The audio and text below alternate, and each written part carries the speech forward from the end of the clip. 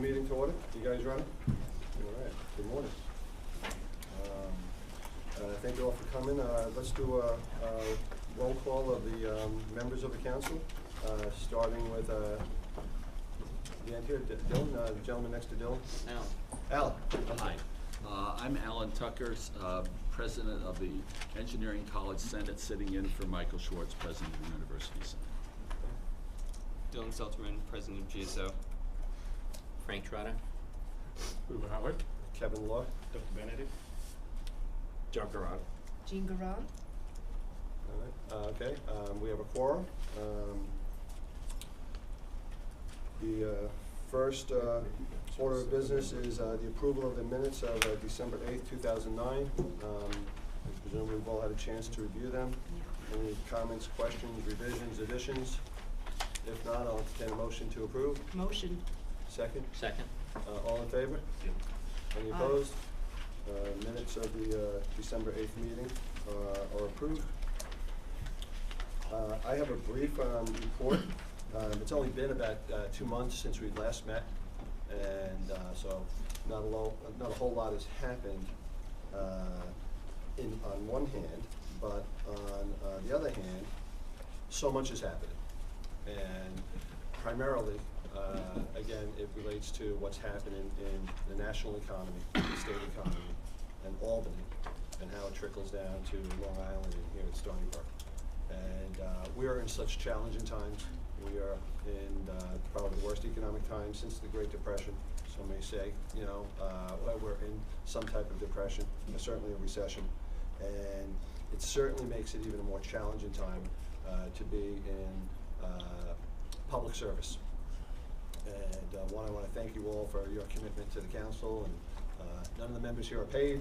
They devote their time, take away time from their families and businesses to be here. And but it's certainly a challenging time to be in state government, local government, certainly the SUNY system. And you know, Sam will give you more of an update on where things are going with the budget. But it's a challenging time, and I think we need to view these times as an opportunity to be doing things differently. You know, the old ways of doing things just aren't working anymore. And we should be open-minded of not being afraid to change the status quo. Because, again, the old ways of either running things, funding things just aren't working.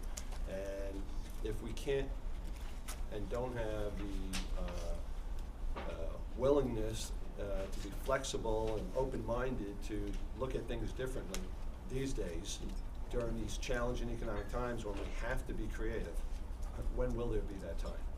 And so despite the challenges, it's certainly an opportune time to be looking at things differently. And the presentation that we had 2 months ago on SUNY innovation, if not now, I don't know when, because we need to be, again, creative. We need to sort of be able to control our own destiny, our own future, because the news that comes out of Washington and Albany is never good news for us. It's been, you know, negative news in terms of the finances, and so we need to be creative and open-minded about doing things differently. And you know, I'm glad we all got that presentation, you know, in December, and I look forward to hearing more from Sam as to where things are going. And the only other item that I had in my chairman's report is that we have a distinguished alum, somebody I've known for more than 20 years, who sat on the council for 13 years, I believe. Oversaw a lot of the, that was here while Stony Brook was continuing to grow, expand, improve.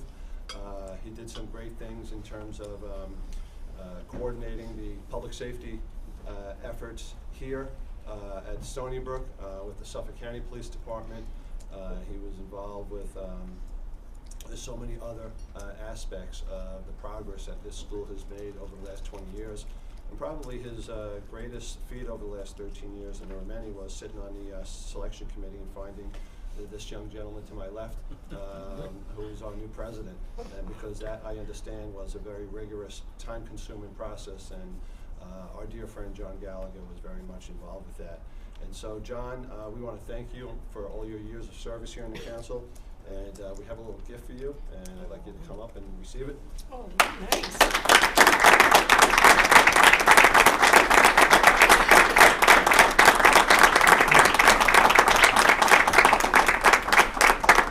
I want you to know Sam and I went shopping all day yesterday. So happy. Thank you, Doctor. And we'd be happy to have you say a couple of words as Okay. well. Yeah, that's from the council. It's heavy. Okay. A bowling ball. Have to. Well, thank you very much, Kevin, Dr. Stanley, for inviting me here today. I really didn't expect to have this follow-up. I figured you'd get the pat on the back and see you. But I appreciate it, really. Just, you mentioned, Kevin, about the 13 or so years on the council. Actually, my relationship to this council goes back to even far longer than that, back to the 70s. At one time, the council had something called Citizens Advisory Committee, which I was a member of, and then in 1984, I believe I was appointed chairman of that committee. So I've been involved from Johnny Toll's day all the way through with Stony Brook and the council, and I've seen great things happen, and I'm sure under your leadership, we're going to see more great things happen. Right now, as I read the budget reports in the papers, I'm happy to turn the page and say, okay, let's see what else is in the news. It's, you're facing a real challenge, all of you, and this council can be of help. I used to make trips up to Albany occasionally with past presidents, again, starting with Toll, and sometimes I don't know, I always get the impression that sometimes it did help to see a face other than somebody from the university there, saying, we're here as people who are part of the community, and we look to you, the leadership in Albany, to maintain the leadership of this university. So, again, I wish you all well. You have a tough year ahead of you, and thank you all for having me.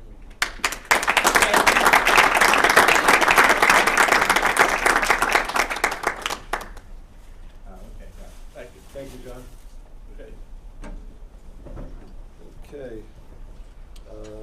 And with that, that concludes my chairman's report, and I'm going to hand it over to Dr. Stanley for the president's report. Well, thank you very much, Kevin, and let me extend my congratulations to John as well, and my gratitude for his very distinguished service to this council. Thank you so much, John. Very pleased to have everybody here today. Thank you so much for taking time to come. Beautiful facility, I think. Thank you, Jim, for hosting all of us. We very much appreciate it. We'll be hearing from you, I guess, in a few minutes, but it's wonderful to be here. I'll talk about just a couple of things. You have my report, I think, in front of you that you can take a look at your leisure. But let me highlight a couple of things. And it's not going to be in the order that the report is in.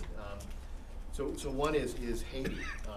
Since we last met, of course, there was this terrible disastrous earthquake that hit the already very impoverished nation of Haiti. And Stony Brook students were actually on break at that time when this happened. But we immediately got reports from some of them, a relatively small number of students who actually identify themselves as coming from Haiti, but many of our students have strong connections to Haiti, family members, and so on. So there really is a very strong community. There was a Haitian student organization on campus already that became very rapidly involved, a Caribbean student organization as well that became very rapidly involved, and a number of our faculty became involved. And I think that's kind of shaken out now into two areas. One was some very immediate medical responses. So a number of Stony Brook University faculty from the medical center became engaged, working through organizations in general to contribute their efforts to. Steve Strongwater was involved, and I appreciate that. Richard Fine as well, in coordinating the medical center's activities and making sure that we were contributing and getting the right physicians, nurses, and other caregivers there to help, and that was very important. And I think certainly stepped to the plate as far as that went. And then the students have been very interested, I think, both in terms of fundraising, to actually raise money, because I think everybody said at the beginning there's probably nothing more important than cash, essentially, early on, in terms of the ability to rapidly buy supplies and so on. So the students have been very good and involved in that. Early on, we set up a website so students had a way to both coordinate activities as well as to donate. We channeled funds through the Red Cross and other recognized relief organizations. And we have done a couple things as a school. We've set up a task force to look at more long-term relief efforts. I think one of the things that everybody has learned is that there's often a bump of efforts, of course, obviously immediately after the tragedy. But then as it kind of fades from the news, people tend to get less engaged, and we don't want that to happen. So we've set up a task force. We've invited a couple students to be on it, several faculty leaders. I'll send you a copy of the people who are on it so you can see if you're interested. And they'll be charged to really take a longer-term look at how we can participate. And in the aftermath, we had some very interesting ideas come from faculty and unique things that can be done. For example, from our SOMAS, from our School of Marine and Atmospheric Sciences, came a suggestion that some of the rubble could actually be used to create artificial reefs. That there's a major need for artificial reefs in Haiti. There's need around the fishing industry, and could a creative way be done with appropriate planning through satellite mapping and so on to actually use some of that to create artificial reefs? And I think it was a really innovative idea. We've worked through our government liaisons to put them in touch with some of the people who may be in charge of relief. But this kind of idea, and then the whole question of helping Haitian students in the future, and SUNY has already moved forward and said that Haitians could receive in-state tuition, essentially be treated as residents over the next few years, something which I endorse, and we're going to try and push through SUNY. There's a lot of longer-term things I think we need to do, and I think we'll set up this task force to help us do that and coordinate it. But I'm really very proud of how our students and faculty have stepped up to help in this important time. The other thing I wanted to mention again in the good news category in terms of Stony Brook is the remarkable performance by our faculty in terms of supporting Intel finalists. We talked a lot about what Stony Brook means to the region. We talk a lot about it in terms of economic development, new jobs, and so on. But we forget sometimes that we make a major effort to help.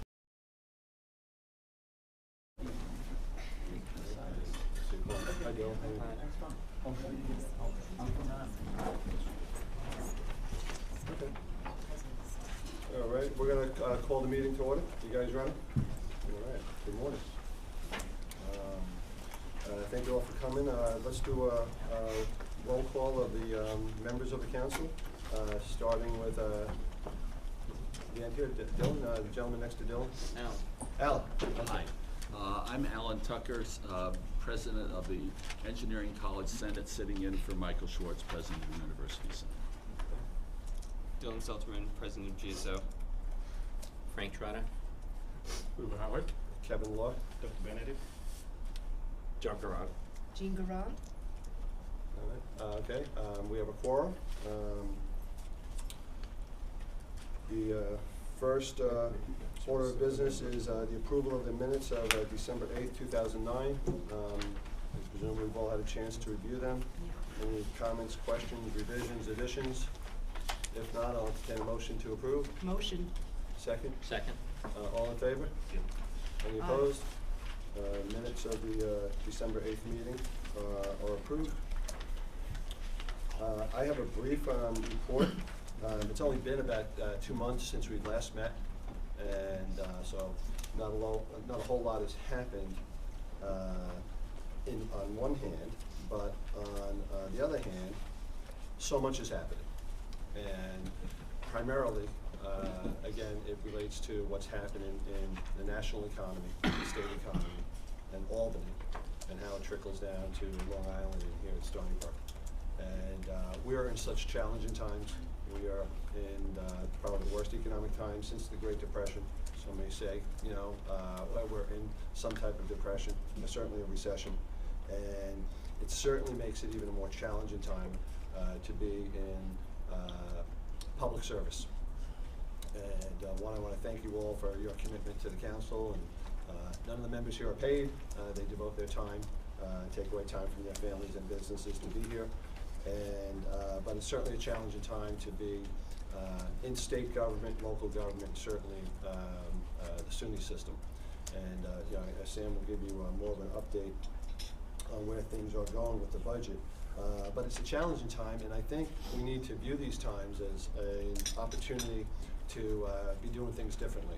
You know, the old ways of doing things just aren't working anymore. And we should be open-minded of not being afraid to change the status quo. Because again, the old ways of either running things, funding things just aren't working. And if we can't and don't have the willingness to be flexible and open-minded to look at things differently these days during these challenging economic times when we have to be creative, when will there be that time? And so despite the challenges, it's certainly an opportune time to be looking at things differently, and the presentation that we had 2 months ago on SUNY innovation, if not now, I don't know when, because we need to be, again, creative. We need to sort of be able to control our own destiny, our own future, because the news that comes out of Washington and Albany is never good news for us. It's been negative news in terms of the finances, and so we need to be creative and open-minded about doing things differently. And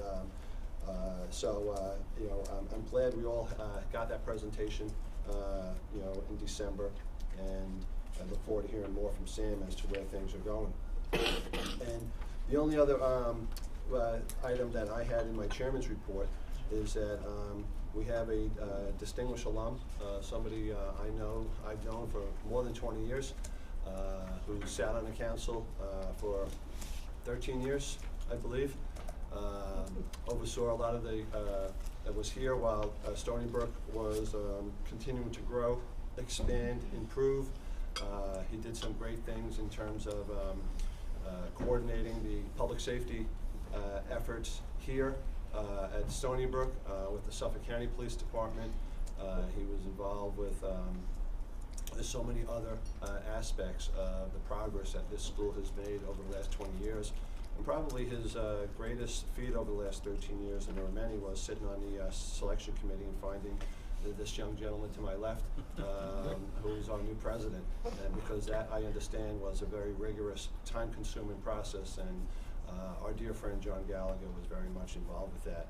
And so, John, we want to thank you for all your years of service here in the council, and we have a little gift for you, and I'd like you to come up and receive it. Oh, nice.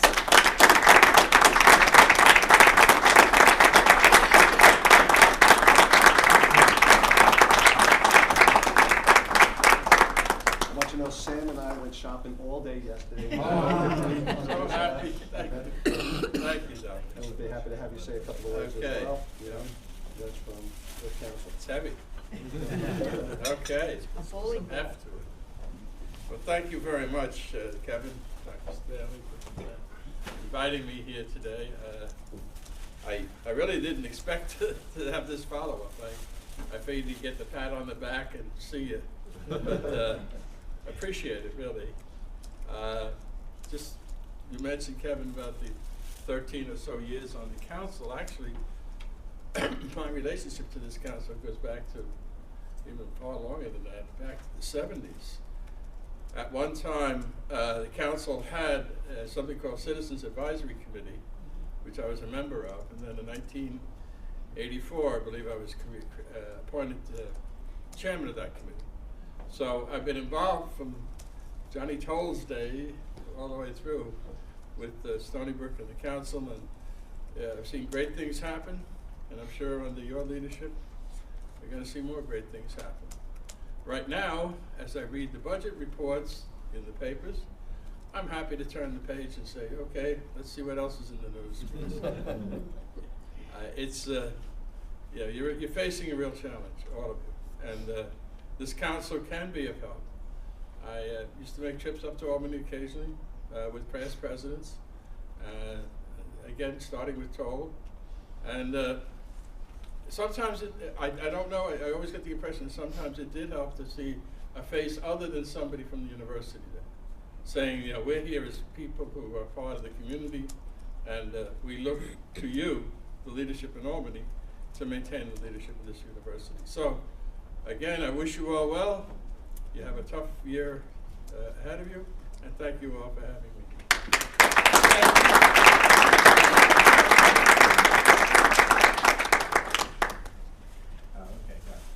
Thank you, John. Okay.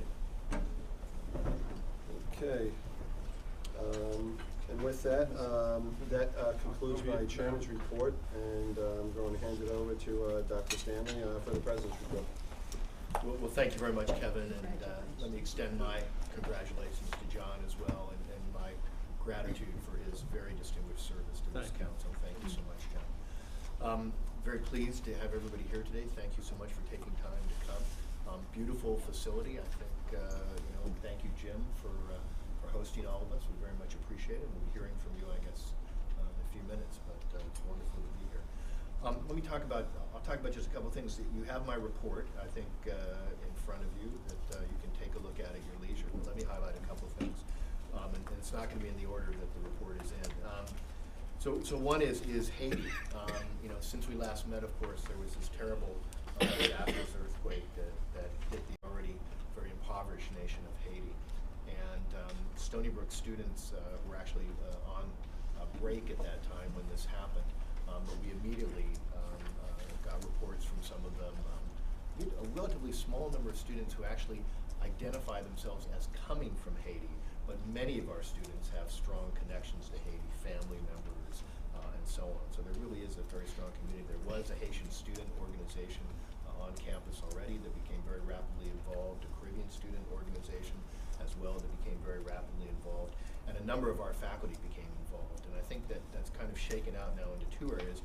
One was some very immediate medical responses. So a number of Stony Brook University faculty from the medical center became engaged, working through organizations in general to contribute their efforts. Steve Strongwater was involved, and I appreciate that, Richard Fine as well, in coordinating the medical center's activities and making sure that we were contributing and getting the right physicians, nurses, and other caregivers there to help, and that was very important. And I think we certainly stepped to the plate as far as that went. And then the students have been very interested, I think, both in terms of fundraising, to actually raise money, because I think everybody said at the beginning there's probably nothing more important than cash, essentially, early on in terms of the ability to rapidly buy supplies and so on. So the students have been very good and been involved in that. Early on, we set up a website, so students had a way to both coordinate activities as well as to donate. We channeled funds through the Red Cross and other recognized relief organizations. And we have done a couple things as a school. We set up a task force to look at more long-term relief efforts. I think one of the things that everybody has learned is that there's often a bump of efforts, of course, obviously immediately after the tragedy. But then as it kind of fades from the news, people tend to get less engaged, and we don't want that to happen. So we've set up a task force. We've invited a couple of students to be on it, several faculty leaders. I'll send you a copy of the people who are on it so you can see if you're interested. And they'll be charged to really take a longer-term look at how we can participate. And in the aftermath, we had some very interesting ideas come from faculty and unique things that can be done. For example, from our SOMAS, from our School of Marine and Atmospheric Sciences, came a suggestion that some of the rubble could actually be used to create artificial reefs. That there's a major need for artificial reefs in Haiti. There's need around the fishing industry, and could a creative way be done with appropriate planning through satellite mapping and so on to actually use some of that to create artificial reefs? And I think it was a really innovative idea. We've worked through our government liaisons to put them in touch with some of the people who may be in charge of relief. But this kind of idea, and then the whole question of helping Haitian students in the future, and SUNY has already moved forward and said that Haitians could receive in-state tuition, essentially be treated as residents over the next few years, something which I endorse, and we're going to try and push through SUNY. There's a lot of longer-term things I think we need to do, and I think we'll set up this task force to help us do that and coordinate it. But I'm really very proud of how our students and faculty have stepped up to help in this important time. The other thing I wanted to mention again in the good news category in terms of Stony Brook is the remarkable performance by our faculty in terms of supporting Intel finalists. We talk a lot about what Stony Brook means to the region. We talk a lot about it in terms of economic development, new jobs, and so on. But we forget sometimes that we make a major effort to help in high school education. Before that, in helping provide research opportunities for students. And again, we had a remarkable turnout. We had 4 of the 40 finalists selected nationwide for Intel did their work at Stony Brook, which is amazing from both Nassau and Suffolk County. So the reach of Stony Brook, it's not just we're helping Suffolk County schools, but it was from both Nassau and Suffolk County. So it's really, I think, a difference we're making. And I really applaud the faculty who take the time to do this. For those of you, I mean, I don't know if I mentioned this before, but I had a research lab for a number of years. And it's time consuming to bring a high school student in. I mean, everybody think, well, free labor, what could be wrong? Well, actually it's really time consuming to bring them up to speed. Dylan's nodding because he knows. To bring somebody up to speed in research is tough. And so, these faculty really do it for the right reasons. It's not because it's not because it necessarily will help push their lab forward. It's because they want to give back and they think it's important. So I think it's really a wonderful thing we're doing. The other thing I just wanted to mention was on a search. As you know, we talked last time that Gail Havoc was stepping down as the Vice President for Research, and I had appointed Jack Marburger to be interim Vice President for Research. Well, I had a long conversation with Jack a month or so ago, and he said he was actually really enjoying being the interim, and he said, would you be willing to have me become the permanent? And I said, absolutely.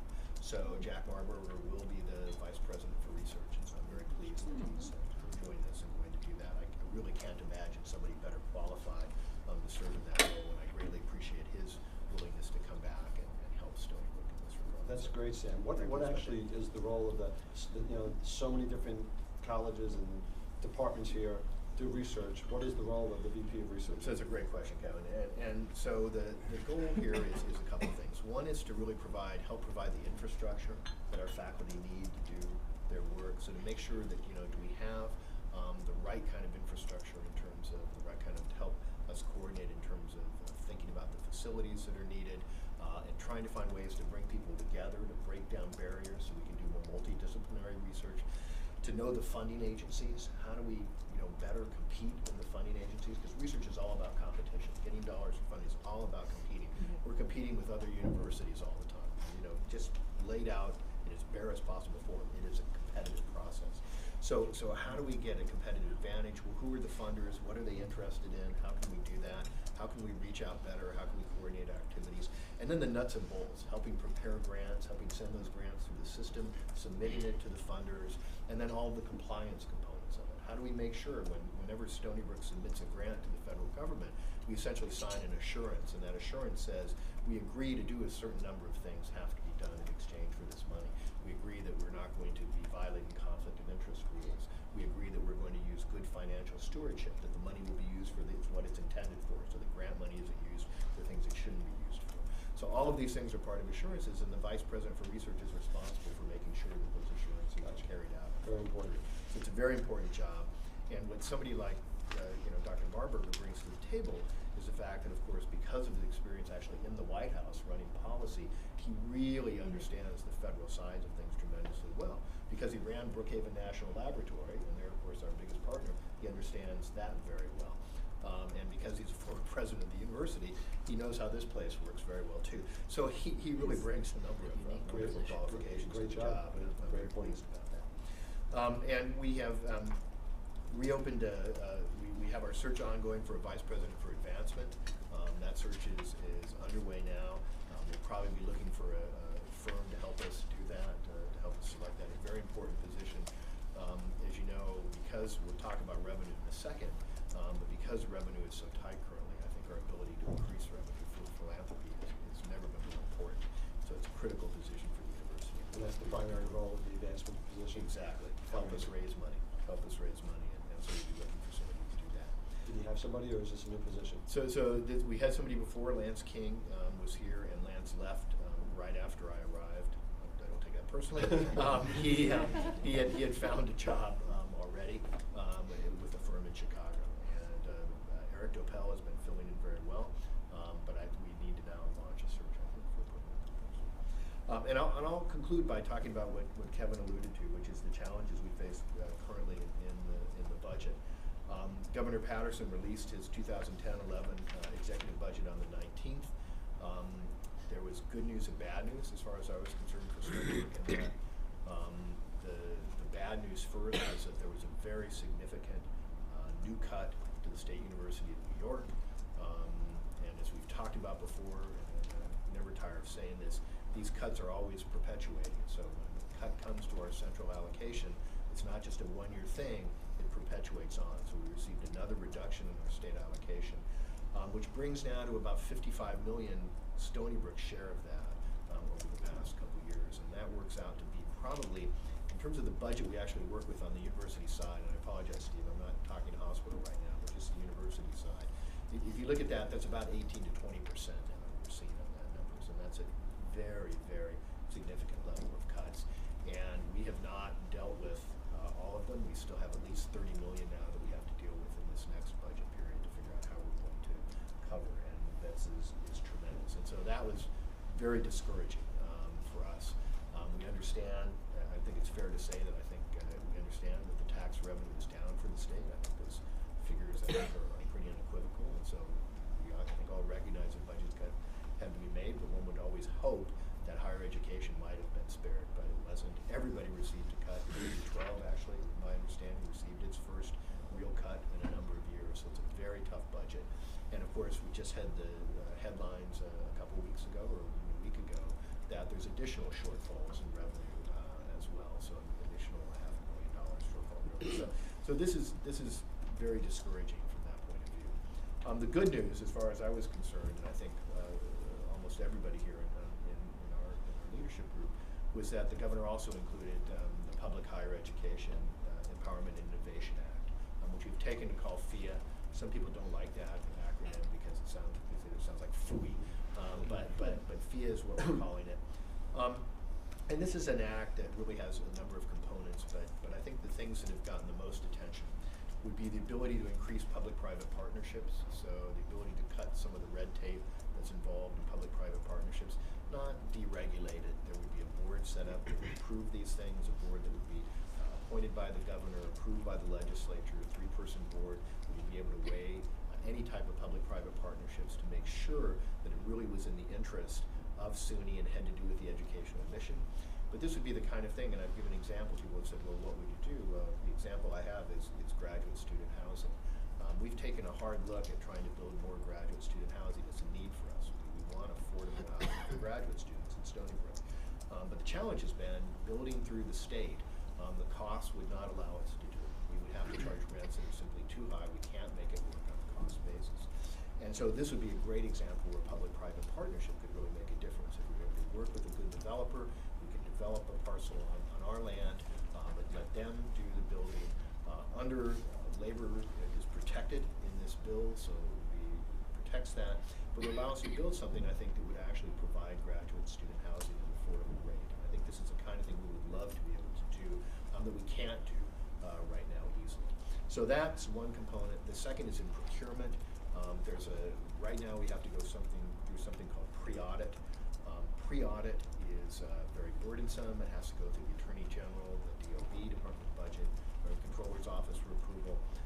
And the challenge with that is that it really delays things unnecessarily. We've talked a little bit about that before.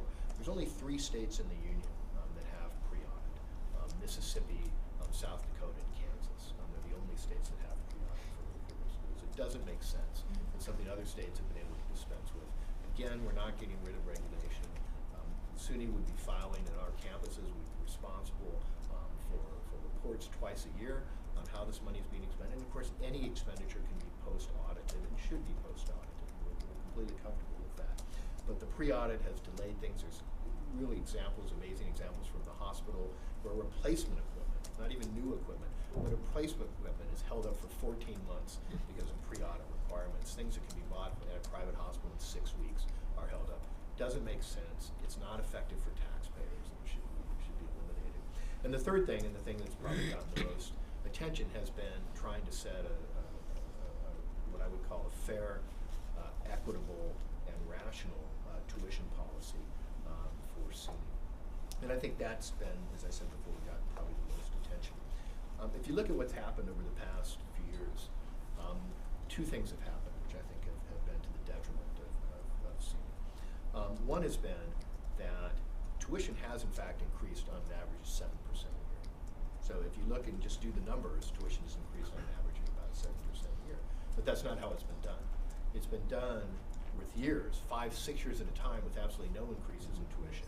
And then suddenly 20, 30, 50% increases in tuition have been visited upon students and parents.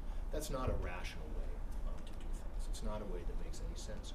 Worst of all, tuition increases have almost always taken place in the toughest economic times.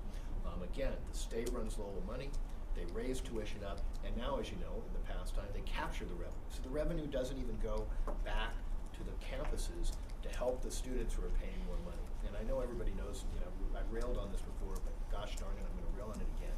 That's fundamentally unfair. It's unfair to students, it's unfair to parents. That's a differential tax, if you will, on people. Tuition should go back to the campuses. Students and their parents are paying it. It should go to help education. That's what it's there for. So the challenge has been, the other thing that's happened though, is we have lagged significantly behind other places in terms of where our tuition is. So Stony Brook, compared to other AAU schools, is now second to the bottom in in-state tuition and at the bottom in out-of-state tuition. So we're charging lower, and we're about $2,100 less than the mean for other undergraduate schools. So about $2,100 a year less than the mean for undergraduate schools. Now, if the state is providing lots of support, that's a sustainable model. So if the state support is increasing, because of course our costs are always increasing, if the state is providing support, it's a sustainable model.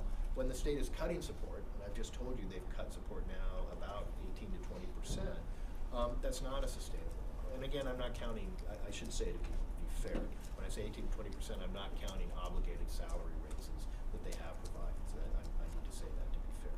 But when the state is cutting that support, then the tuition money is not going, can't go as far. And our revenue sources are limited. Our revenue sources are limited to tuition, state allocation, philanthropy, a small amount of money that comes through royalties. And there's really not much more that comes in the pot than that.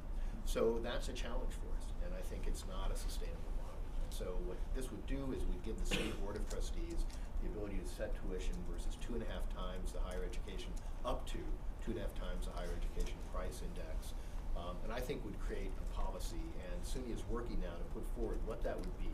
So people have complained and said, well, we don't understand what this would mean exactly. They're going to put forward a series of rules they would go by and how they would control tuition. But I think to me, again, speaking as a parent now who's had 3 college-age students, I would much rather deal with a very predictable thing, knowing I had, whether it was 5%, 6%, whatever it was, 7%, whatever it was, knowing I had that raise built in would be much easier for me to budget and deal with than playing tuition roulette and taking a chance that I could have a 30 or 40% raise at some point in time, which would then be crippling.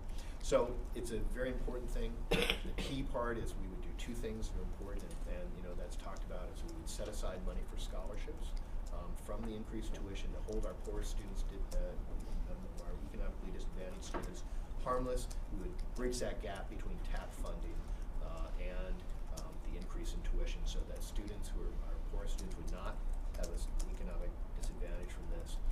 And the second thing is, all of the money would be kept by the campuses. That's really key. And all of the money would go to things that will help students. And the main thing we're thinking about is hiring more faculty, reduce class sizes, and giving faculty more time to provide research opportunities for students, which we think is really important. Helping hire more graduate students, graduate assistants. All of these things would be things we would work to do through this tuition increase. So it's, as I say, there's been a lot of pushback. We had a great meeting a couple weeks ago where we had the Long Island delegation. I invited them to come. Fantastic turnout. I was very pleased. We invited 28 members, Nassau, Suffolk County, Long Island delegation to come. I think we had about 21 of them came. All of the state senators were there, so a fantastic turnout. Kevin was nice enough to come. Diana Weir came on behalf of you and spoke very passionately in support of this, which I was very pleased. I really appreciated Diana coming and speaking.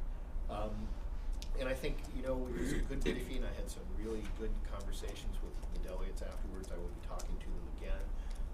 But this is going to be very tough to do. It's going to be very tough to get done.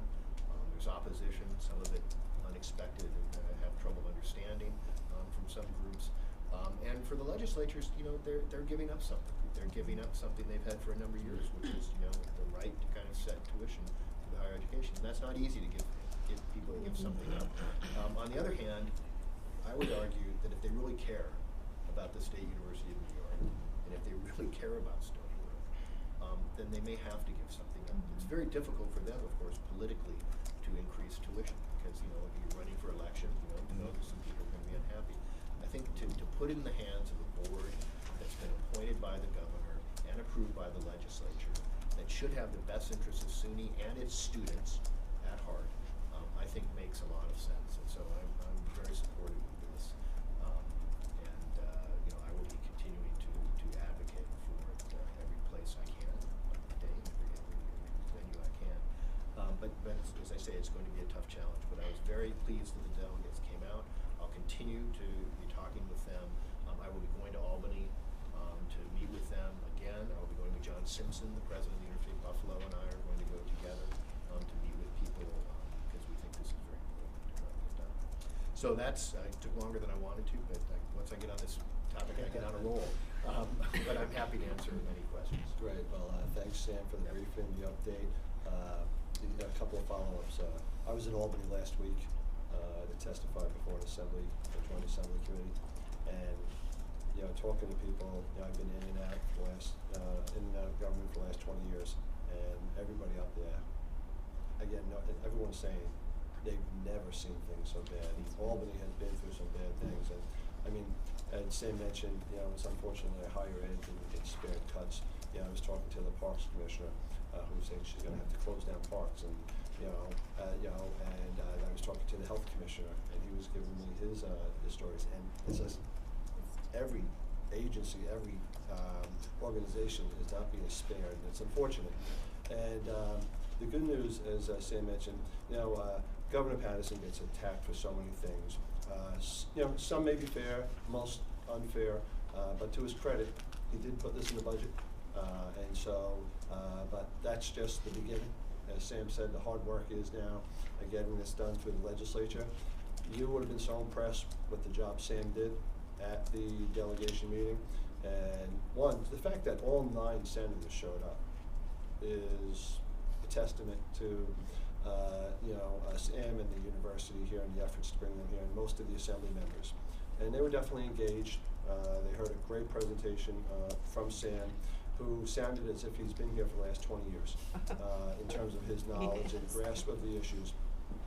And so it was definitely a worthwhile meeting. Sam and I also had the pleasure of going to the State of the State in January, and we did, I'll steal Sam's line, Sam said we did a year's worth of networking in one day.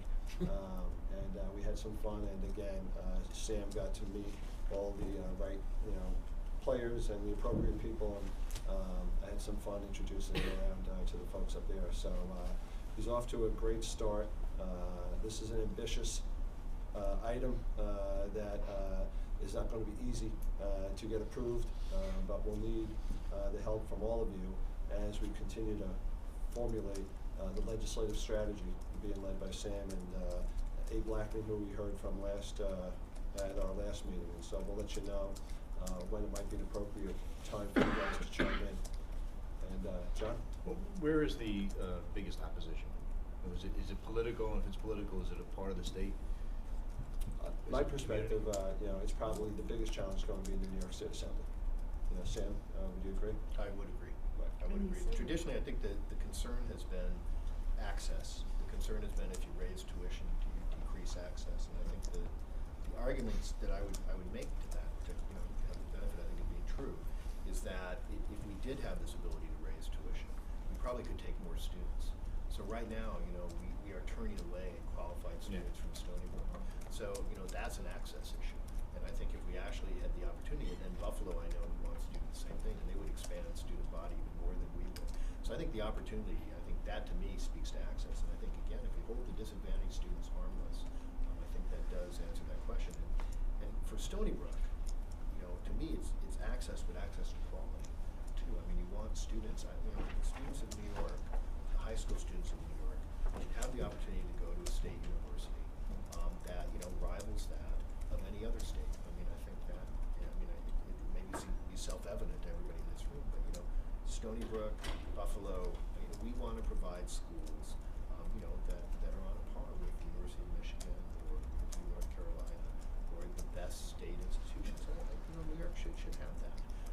about access, but it should be about access to quality too.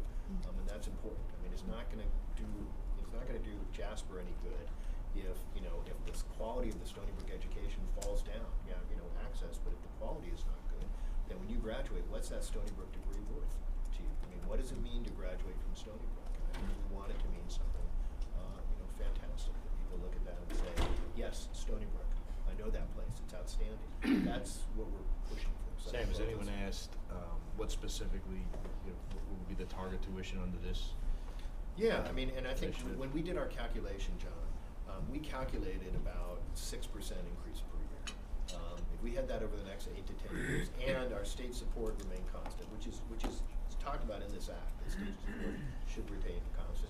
If we had that, we would probably be able to grow about 3,000 students over that time and about 400 faculty. So next year would be 6% higher than this 6%, year. and it would continue to compound. I mean, so it would, and I think, you know, when we can, you know, we can think about, you know, I think there's other ways you could do this for families. I mean, you know, and I think this is what SUNY's working on currently.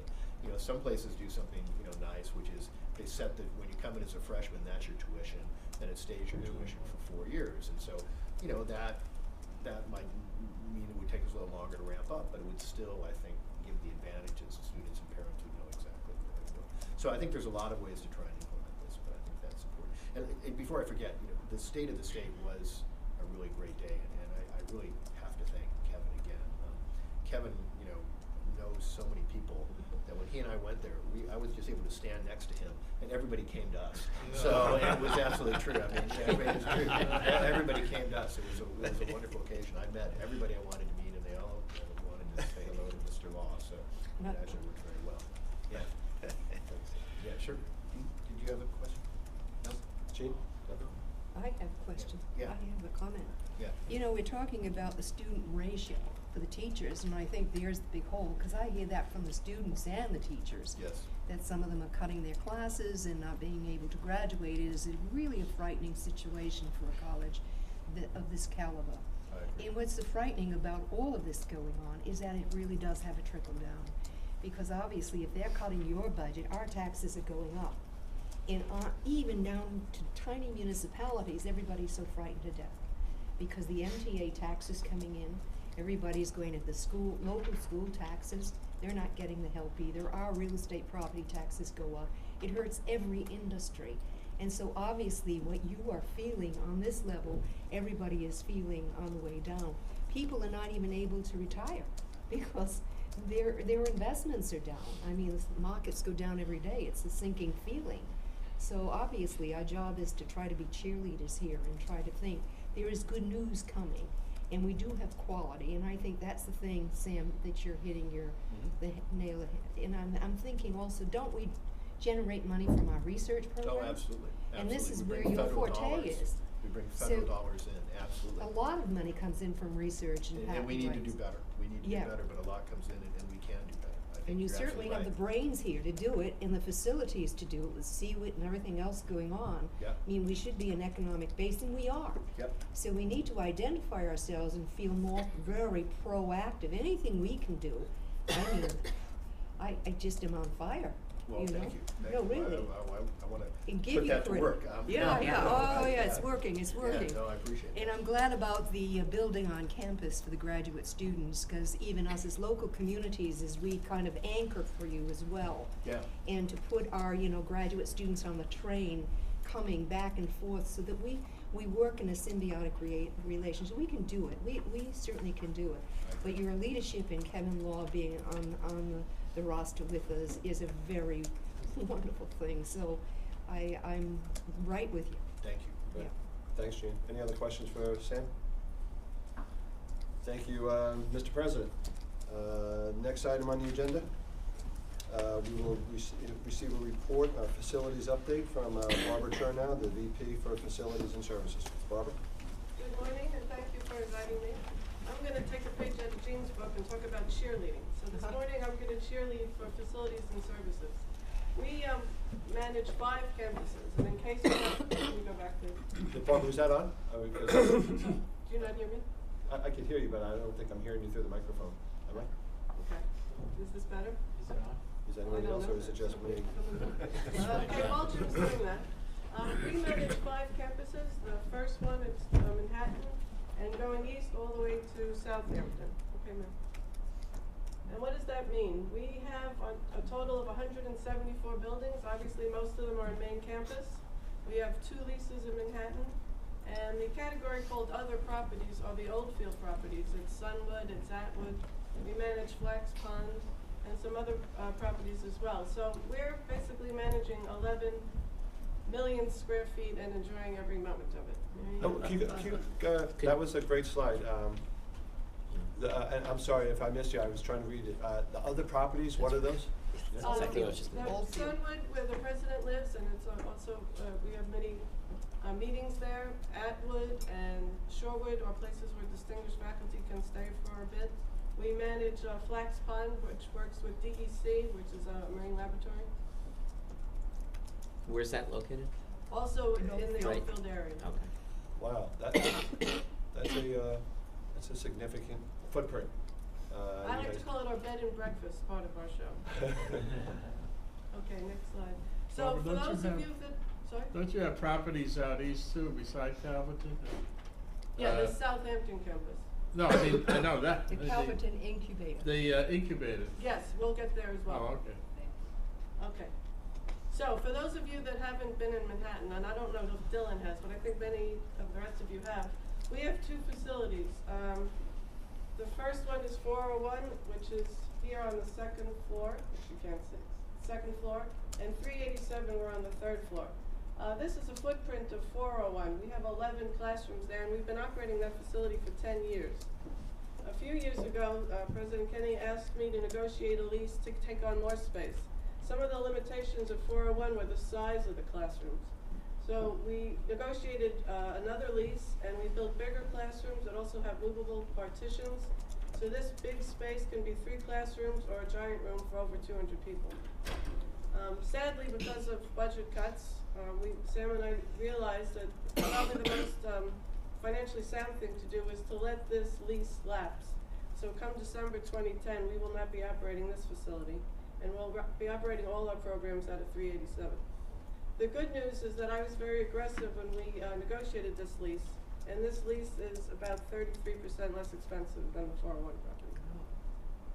So that, I think, is the only casualty of facilities in terms of downsizing, because everywhere else we're upsizing. This research and development park, you all know that we have 246 acres there. And our first building, Seawood, opened about a year ago. I'm proud to say under budget and ahead of schedule.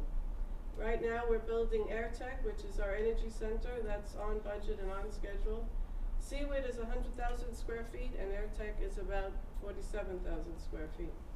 In addition to these 2 buildings, we renovated a 43,000 square foot building, which sadly is still called Building 17 because we can't agree on a name. But in Building 17, we did something that's very politically challenging to do. We moved people off campus into this new building. So we took the procurement office out of the library, moved them here, and we created 6 new classrooms in the library. We took facilities and services out of their building, put them here, and we moved the sensor cat to where they used to be. Which one is that? Building 17? Where, show it right Right now. here. Is this helping? Oh, okay. And working with the School of Health Technology and Management, we created something that's really very exciting. It's a rehabilitation and movement lab. We created force plates in the floor there, and it's able to take 3D pictures of movement, so people with spinal injuries and other things. They're doing very good research in that building. We also moved small business development and a training facility. So this building, 43,000 square feet, is now hopping with people from other places on campus. So I mean, I think it's a very good point that Barbara made. I think one of the things that we're working really hard to do is preserve the interior of the campus, particularly that bounded by the drive, for academic mission.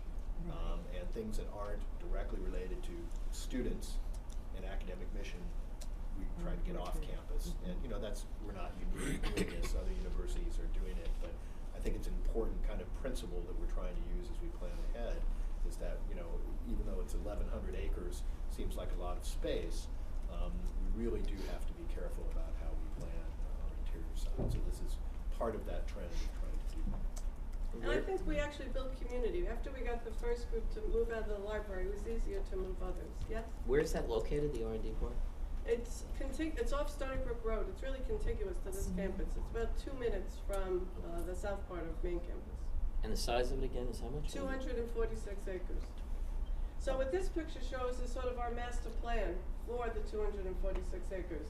It shows 10 new buildings and the building that we renovated right here. So we've opened Seawood, which is the first one. We're working on AirTech.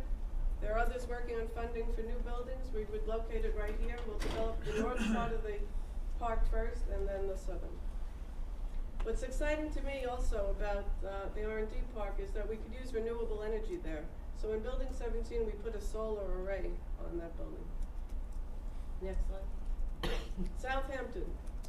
Here's 4 shots of buildings I'm proud of. The Avram Theater is 414 seats. We renovated that. I don't know if many of you were at LIU's operation of that campus, but old and not very welcoming are 2 words that you could use to describe it. So if you were to go there now, this is, I think, a breathtaking theater. We renovated the cafeteria, and the students are happy with the dining facility there. A special project with a project manager that did outstanding work is we renovated the windmill. The windmill was built in 1790. It was moved to Southampton in the 1800s, and 2 years ago we renovated it. And now alumni have teas and meetings there. And this is our new library that LIU started.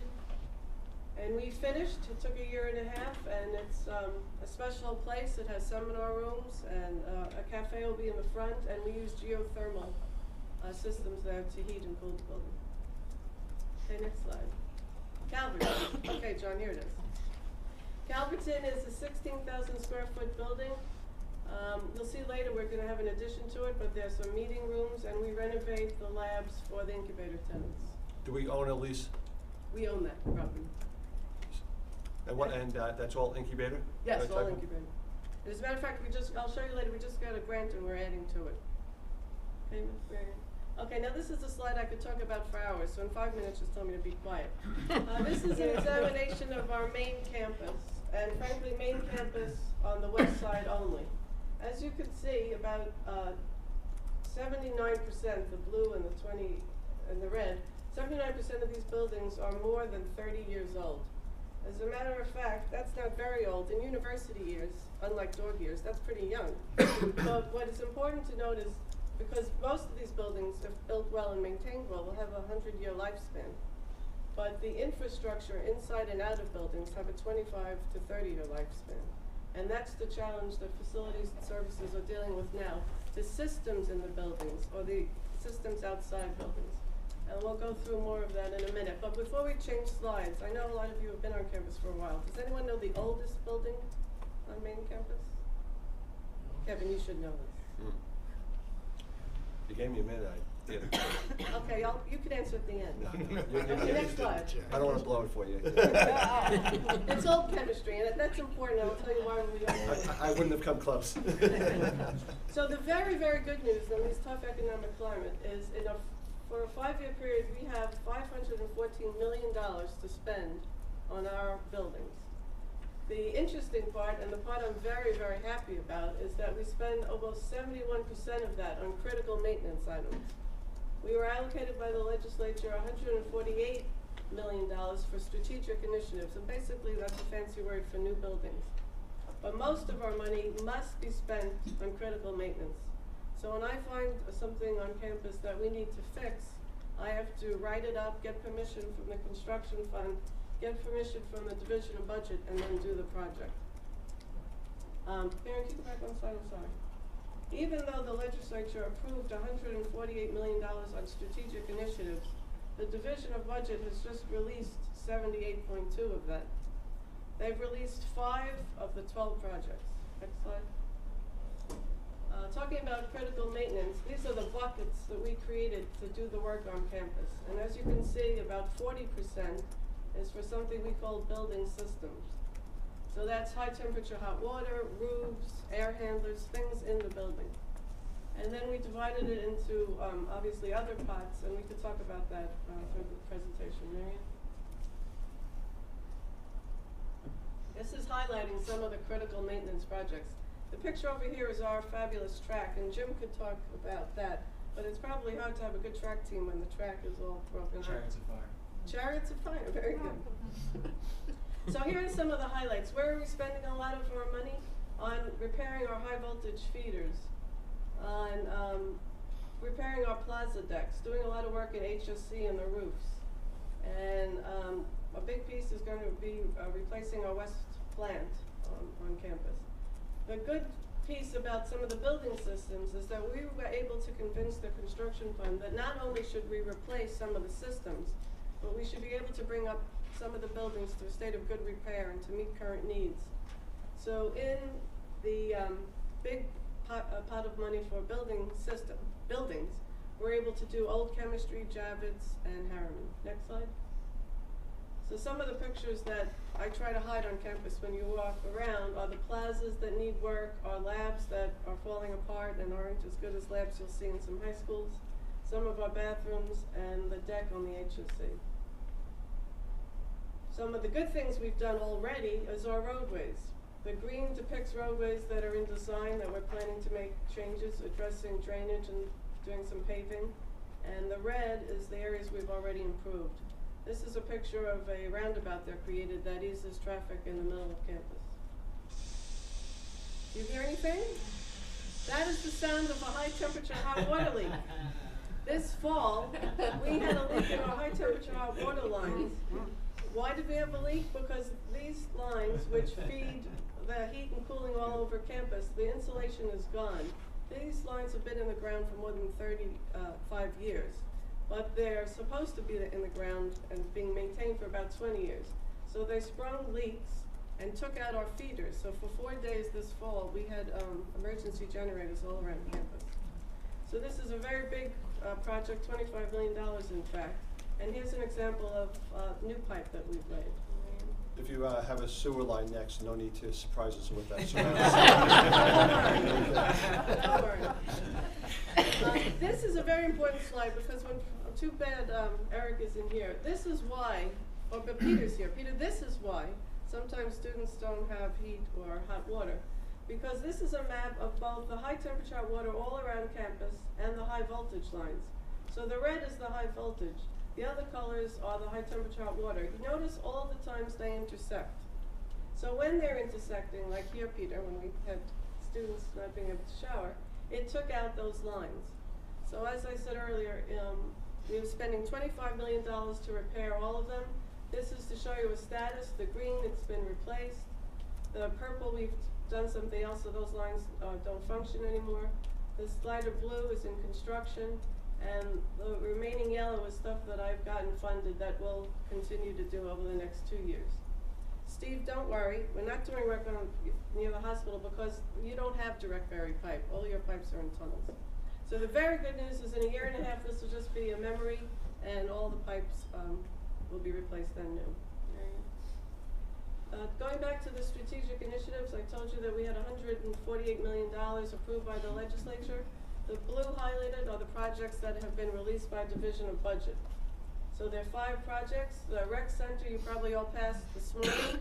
That's this pile right here near our building. The computer science building will be a 50,000 square foot project that I'll show you later in the presentation. And these are the things happening at Southampton. For those of you that haven't been to our Southampton campus, this is just to entice you because it's beautiful. And this is this roof of this building is the building we'll be replacing with a new Marine Science Center. Other major projects, other in the sense that the state hasn't funded them. They're either grants from these institutions or dormitory bonding for housing. So we've talked about CWIT, that's open already. AirTech will be. A bioengineering building we opened a few months ago. I'll show you that in a moment. Soon you'll see the Simon Center in this presentation, and we'll talk briefly about the hotel. And here they are. Simon Center is going to be an absolutely stunning building that'll open this fall, and we're building now a connection to the existing math building. Those of you that haven't been at the R&D park, this is a shot of CWIT and a shot of AirTech that we're working on now. We're working with DASNY to build 600 beds here. This is a picture of a renovated dorm in Southampton and the new bioengineering lab that we The opened. 600 bed, that's here at Stony Brook? Yes, And that's a graduate campus or? it's undergraduate. Undergraduate housing. Undergraduate housing, and I'll show you in a map where that is in a moment. This is the hotel. Some of you have probably heard about that project. Our developer was working on the project. This is the latest rendering. I think the landscaping will be beautiful. I'm not gonna read all of this to you, but basically it's 5 stories, 135 rooms. What I'm very proud to underline is that the hotel is going to be on 3 acres, leaving 2/3 of the parcel undisturbed because this is an 11-acre parcel. That's great. Yeah. Kevin, going back to your question, this is the 600-bed project for undergrads. We have a substation that'll be opening up in a few months.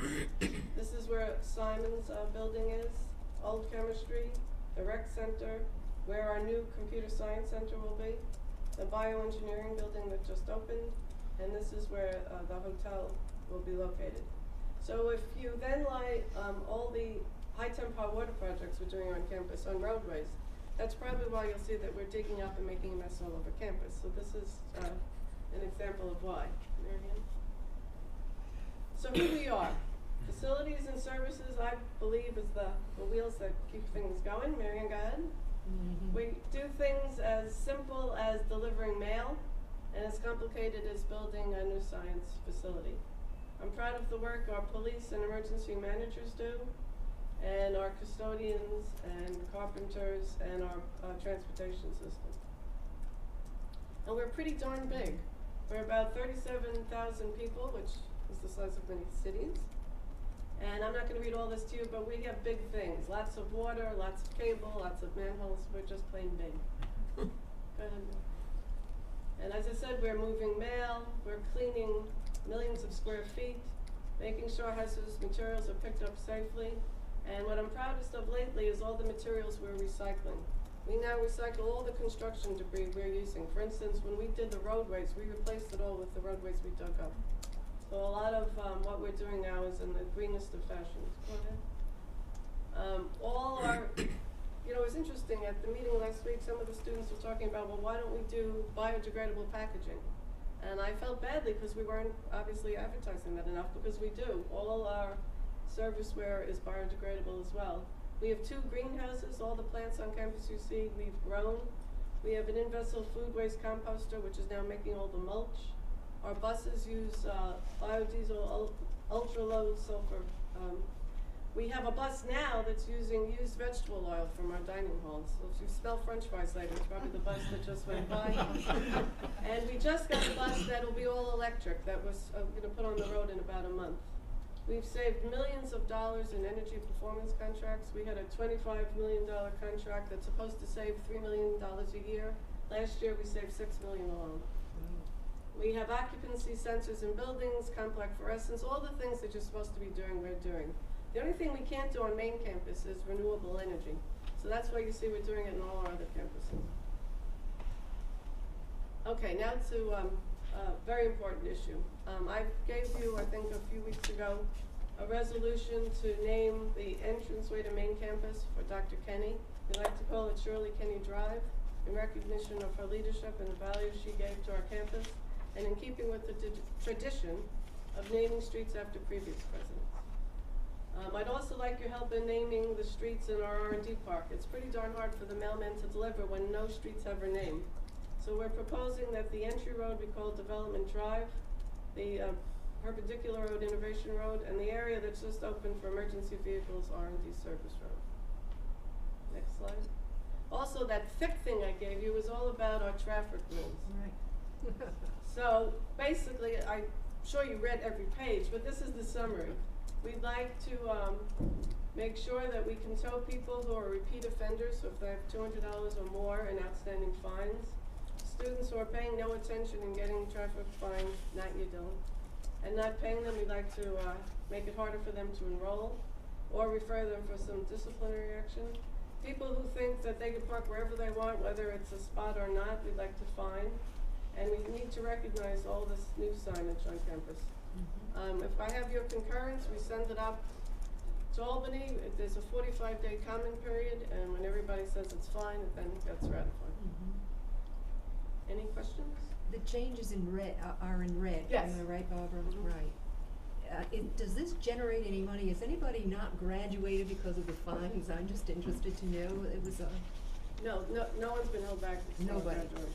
so are there many I see them parking on the grass and especially around the marine biology buildings in that area. No, unfortunately, there are lots of fines, and frankly, we're using some of the revenue to help enforce the rules with Enforcement. our attendance, right.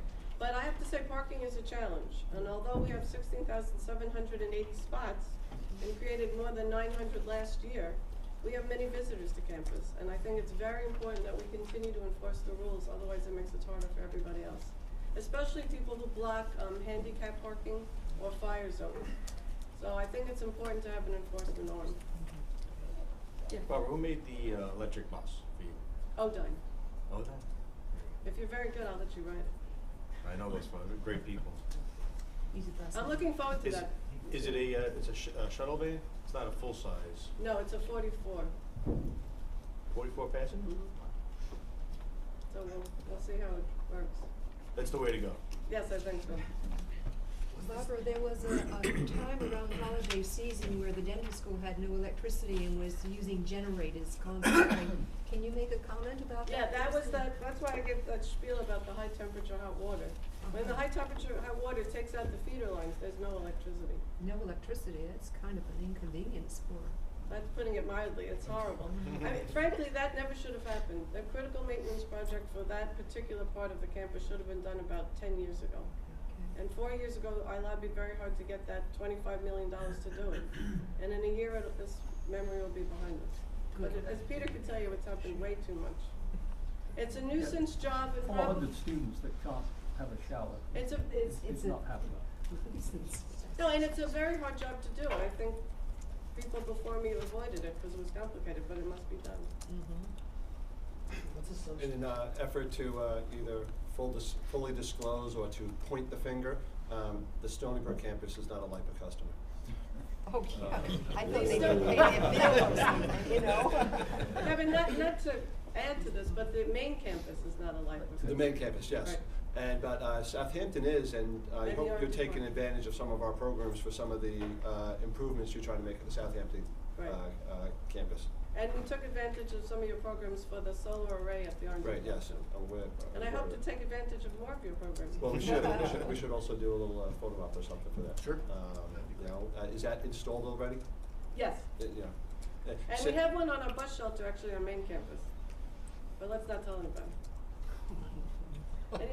Any other questions? Yes. I just wanted to make a comment as an alumnus of Southampton College. I am so pleased to see that Stony Brook is being a good caretaker because certainly LIU was not.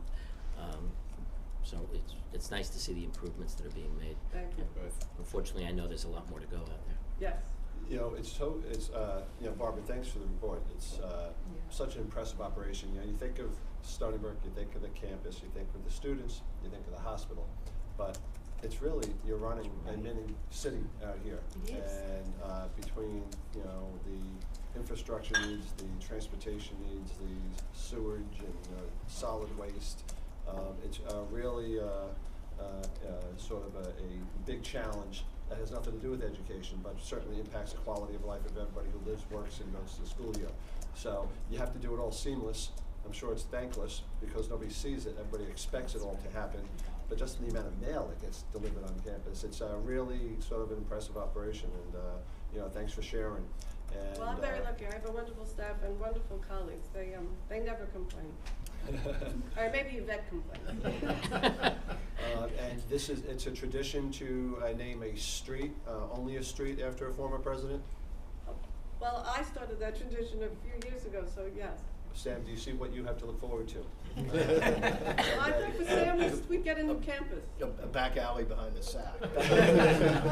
So Just kidding. I will entertain a motion to name the entranceway Shirley Kenny Drive. Is there a motion? So moved. A Second. Second. All in favor? Yes. Aye. All right. Any opposed? No? That's unanimous. Thank you, Barbara. And a separate motion for the street name changes for the Technology Park off of Stony Brook Road for Development Drive and Research Drive and Innovative Drive. Is there a motion? Be happy to make a motion. Motion by Frank Trotta, second. Second it. By Jean. All in favor? Aye. Any opposed? No? So that motion carries. And do you need a motion for the V&T Yes, I do. amendments? Again, we'll entertain a motion for all of the harsh new penalties and that seem So to be, moved, so moved. that seem to actually be, rational and reasonable. And is there a motion for the amendments to the V&T as well? So. For Jean, seconded by Second. Frank or Lou. And all in favor? Aye. Any opposed? No? All three motions carried. Thank you very much. And what's, just educate us now in the process. You then have to forward this to SUNY for these to take effect? No, or- actually, we now have to put an ad in the New York Register, and there's a 45-day comment period. And last For time. all three resolutions we just approved? No, just the street names. Street names. And what about the V&T? And I'm sorry, the street names and the traffic fines and the stop signs. And we did this a few years ago with the council's help, and there were no comments. And frankly, our volunteer firefighters are very much in favor of this, to put street names, especially in the R&D park, so they helps with wayfinding. Yeah. So I think this is very helpful to everybody. Well, very good. Barbara, thank you very much for your presentation. Any other questions for Barbara? Barbara, how many people do you employ underneath your Department of Maintenance and Facilities? About 690. No, that's great. And let me say that, one of the, I talked about competition before. There's kind of an internal competition within the State University of New York to receive funding for these kind of capital projects. And Barbara has been great, I think, for us in really working with SUNY Central and helping, making sure that Stony Brook gets our share minimum of. Right. Or maybe a little a minimum of what we need. So I appreciate that. Thank you. Next on the agenda is going to be athletics update by Jim Fiore, the Director of Athletics. And Jim, just before you get started, when I was looking at the annual report for the Department of Athletics, one of the things was we named the building for Joe Nathan, who made a big contribution. And it says that SUNY has approved. So what's the role of the council? We approve the names of streets, and that SUNY approves the names of buildings, or how does that work? I think Eric Doppel could probably answer that a little bit better than I do, but to name a building, there is a financial donation that's tied to it. So that Okay. SUNY gets involved in setting those rules and approving that. But street names is more a wayfinding and safety thing that So- is out of there. So we don't name everything on campus, we only name some We things. did name, In this, Joe Nathan is a good example. We received the gift from Joe to bring it to the council brings it north to the trustees. The trustees ultimately approve it. SUNY Board of council. SUNY Board of Trustees. So this council's involved in that, yes. We So need it's the a statement. two-step process, we approve Yeah. really after. Yes. Gotcha. Yeah, we named. All right, Jim, them. thank you, we look forward to hearing your presentation. Thank And we you. named this room. Well, We welcome named this everybody. room. Welcome to the athletic department. As Kevin said, I'm Jim Fiore. I would like to just introduce my staff real quick. Paul Schlickman is the Executive Associate Athletic Director. Paul is entering his 7th year at Stony Brook, as am I. We are in our 7th year. I spent 11 years in the Ivy League prior, at Princeton and Dartmouth prior to coming to Stony Brook. And Paul spent about 10, 11 years at Yale. And when I was hired, I was fortunate enough to bring Paul with me. Senior Associate Athletic Director Donna Woodruff is in the back. Donna is a University of Pennsylvania grad, and most recently was at Villanova, and I think first year into it, how many years? 6 months into our job, we brought Donna. And then Matt Larson is another Senior Associate Athletic Director for Administration and Finance. Matt was an academic All-American football player here for Coach Sam Kornhauser. And Matt was somebody on staff when we arrived 7 years ago that really stood out and really grown, and certainly that makes up my senior management team. So I do welcome you. Welcome you to the Nasty Hall, Thomas and Nicolina Nasty Hall. Thanks to the gift of the Nasty family, Rick Nasty. So you don't have a high expectation. We have a restroom for you to name, potentially. But Rick, obviously the former chair of this council. Sounds worse than the alley. Yeah. But I do. This is our academic center. If you'd like, we can show you around afterwards. This is the Goldstein Center. Stuart Goldstein, class of '78 gave a lead gift to build this facility. So welcome. This is a terrific venue to have you, and we are excited to have you here. I was asked to, if we could now, Kim, if we could just give out gift bags out. Oh, there you got them. Okay, great. And then Kim's going to give you some pins. If she hasn't already, put them in the bags. We got it. You got the pins. Yeah. That's my assistant Kim. She's terrific. But anyways, you'll see in those gift bags a little something for you to enjoy. I noticed a lot of red in the room. I know you wore the red tie, Dylan, on purpose. George Meyer. Even when I had Marianne Provost wearing red, we've come a long way. And the red tablecloth is something that we're proud of as well. So we're very excited about where we're going as an athletic department. I'm excited to be here. I was asked to speak to a couple of things from how we manage athletics from a financial, cultural, facility standpoint. Secondly, funding, how it works. Third, our challenges. And fourth, what are our plans moving forward. So if we can get right into it. This is our core values for the athletic department. We talk about commitment, a passion, a pride, a respect, a swagger, and how we do our business. A commitment to this university, a commitment to each other, a passion for what we do. I think athletics is certainly something that you need to be passionate about. We don't pay our folks a whole lot of money. We expect them to work really incredible hours, and you need to be passionate about the student-athlete experience. Take great pride. I mentioned the red. You go back. Take great pride. I mentioned the red, but pride in our university, pride in how we represent ourselves, and pride in making this a better institution than when one shows up on the first day. A respect for the educational mission, a respect for our opponent, a respect for our teammates, and a swagger. Something that Stony Brook lacked, I believe, several years ago was this expectation of being great. That when you walk in the athletic world, you walk onto a court, you walk onto a field, that there's a swagger, there's an expectation level that we're going to win, we're going to be winners. And so I really believe that we've made that transition now. Loyalty to our family, to our team.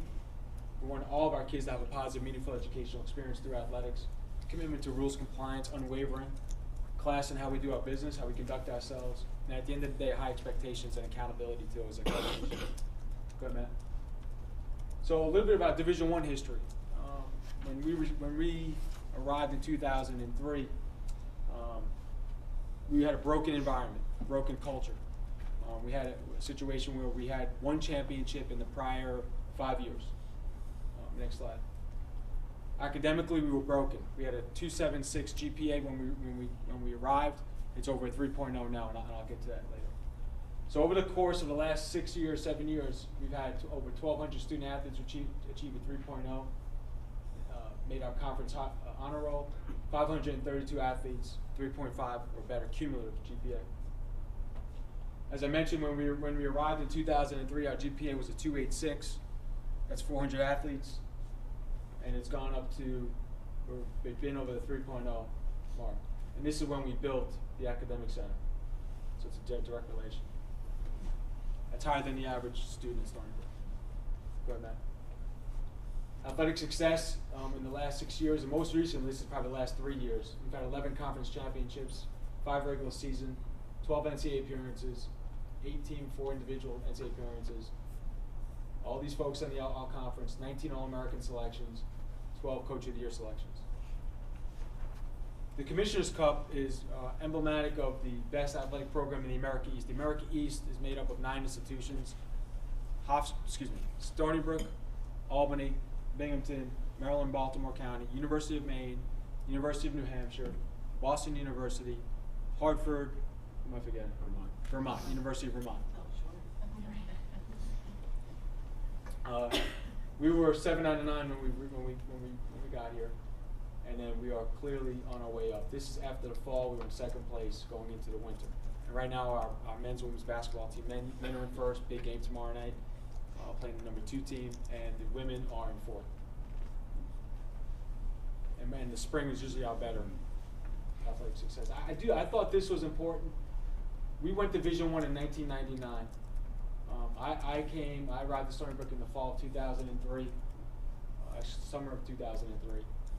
And over the course of the 10 years, and when I was hired, Dr. Kenny at the time said, Jim, we need to brand, market, increase out-of-state enrollment, increase the overall demographic of our university. So So in this, and I make this caveat down here, there are many factors that contribute to the overall improvement of the university and the growth. Athletics is a small portion of it, we recognize that. But we also believe on a lot of levels, athletics can be a front porch to the university. Overall enrollment from the university has gone up 5,000 approximately since 1999.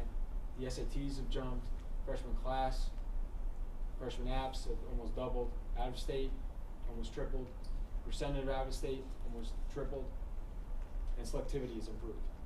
That is not because of athletics, but certainly athletics played a role in that, we believe. And again, I'm an advocate and I'm a little biased. Go ahead, next. Budget and scholarships. Go ahead, Matt. Just so you all know, we have about a $16 million budget. We are made up of basically 3 avenues of revenue: fundraising, athletic fee, state appropriation. And this is what is being cut and has been cut and continues to get cut. Any questions, by the way? Yeah, are you recruiting any kids from off Long Island for any teams? Oh yeah, we make up 50% of our 400 and change student athletes are from out of state. So we don't live on Long Island in recruiting, not even in New York. We have 15 young men from California just alone on the football team. So we have over 200 and some odd student athletes from out of state: Texas, Louisiana, Florida, California. I mean, from almost every state in the country. And what's the athletic fee? Is that on the tuition bill? The athletic fee, yes, it is. So yeah. all students pay that? All students, all undergraduate students, not grad students, don't pay a fee. Ours is $447. Yes. Albany's is $479. Buffalo is $447, and Binghamton's $444. Annual or semester? Annual. Which is low nationally. Go ahead. Operating expenses are making pie charts broken down into obviously 4: sport program and operations, salaries, and scholarship make up the lion's share, as you can see, almost about 75%. Administrative operations. This is really where we've had to cut, and really where we can cut our sports and our budget. We'll get that later. May. In 2003, there's no hiding the fact that how you get better is by recruiting more talented and better student athletes. This really is football scholarships. We went from 0 scholarships in football here to, over the course of a 5-year transition, to 220 scholarships that we divide amongst 400 athletes for the most part. We've had a scholarship increase this way. We went from 2 scholarship programs in 03 to 11. Challenges going forward, clearly financial. Facility are the 2 which we're all feeling on this campus. In 08-09, our budget reduction was $434, which was about 10% of our budget, state appropriation. And we're looking at almost an 18% budget cut for next year.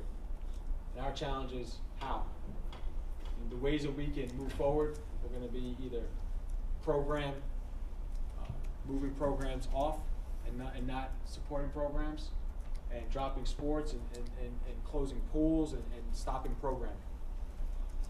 And we have a hiring freeze. We've stopped hiring many of our positions. Secondly, facility. I mean, when you come to our basketball arena, we're playing in a high school gym right now, and that's a big challenge. Strength and conditioning is probably a bad Division III program. Athletic training is well under need. Strategic planning. Our goal is to be a top 20 research institution. We believe athletics plays a part in that. University strategic plan we're thankful to be a part of that. We thank Dr. Stanley. Department 5-year strategic plan we're tying right now into all of our university strategic plan. Go ahead. I was asked to talk about Binghamton men's basketball and Hofstra football. I'll just be real brief, and I'll take any questions along the line here on anything you'd like to. Binghamton men's basketball last year won the conference champion. They did it in a way that has been debated nationally. It's been a black eye for SUNY. It's certainly been a black eye for our conference. I